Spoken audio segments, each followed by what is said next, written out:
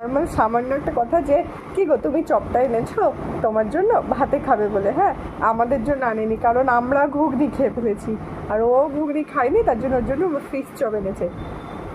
তা আমি ওকে জিজ্ঞেস করছি কী গো তুমি চপটা কোথায় রেখেছো, মানে আমি আর কি জানতে চেয়েছি যে রান্নাঘরে রেখেছি যে ঘরে কোথাও রেখেছে। বলছে তোমাকে বলা যাবে না, ওটা লুকিয়ে রেখেছি প্রোটেক্ট করে।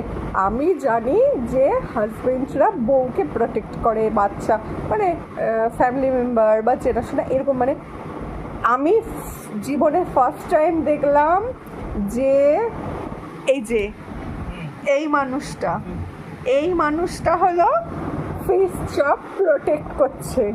তোমরা জানাও তোমাদের এরকম কার এরকম হাজব্যান্ড আছে যে বউয়ের থেকে ফিশ চপ প্রোটেক্ট করে রাখে। এমন করছে যেন আমি এখন কপ করে মুখে পড়ে নেবো ওর ফিশ চপটা।